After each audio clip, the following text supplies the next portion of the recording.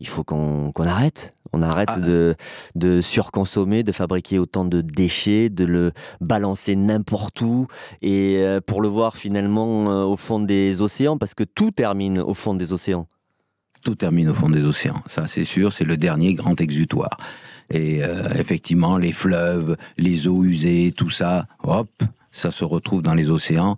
Et ça tue lentement l'ensemble de la vie si riche que nous pourrions découvrir. Et c'est vrai qu'il faut que nous diminuions notre consommation, qu'elle soit de nourriture carnée, qu'elle soit d'objets, parce que ça n'est pas durable.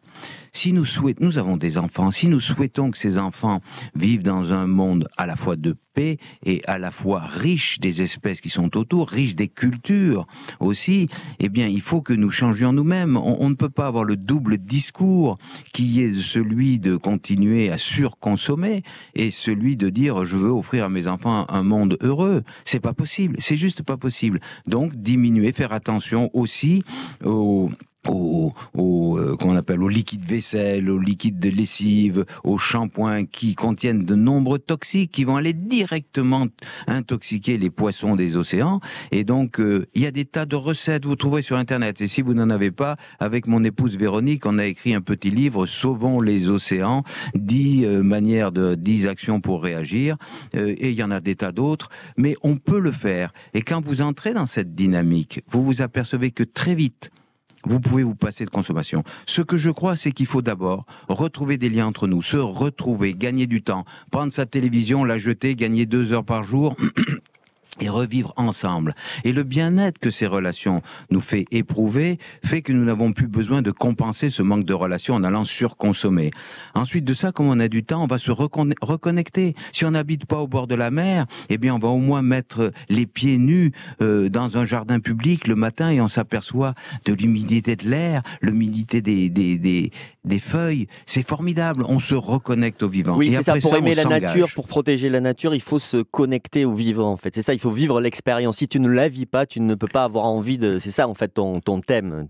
Mais oui, on n'apprend pas ça dans les livres. Il n'y a pas de tuto sur Internet qui apprend à rencontrer l'autre. Il n'y a pas de tuto sur Internet qui apprend à vivre avec l'autre.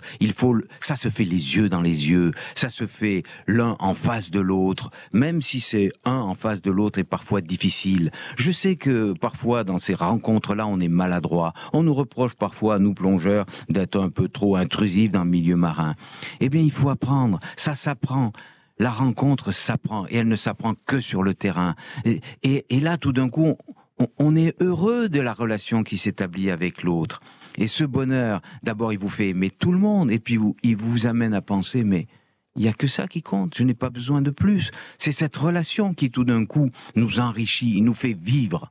Tu as fait un livre qui s'appelle donc Sauver les océans. Aujourd'hui, il y a beaucoup de scientifiques qui sont très inquiets sur l'avenir de la planète avec le réchauffement climatique. Est-ce qu'on peut encore sauver la planète ? Oh, la planète va se passer de nous. C'est nous qu'il faut sauver.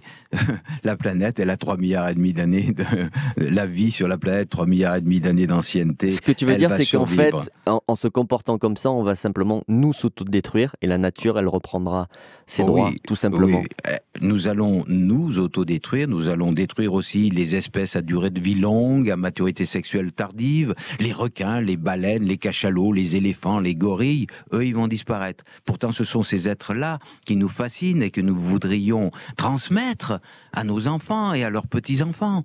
Donc, nous sommes un petit peu en contradiction, mais sinon, faut pas s'inquiéter.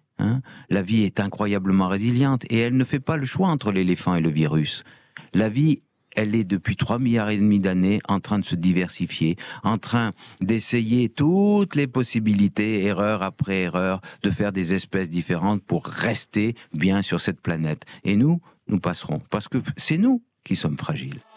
Planète Lisa, sur France Bleu.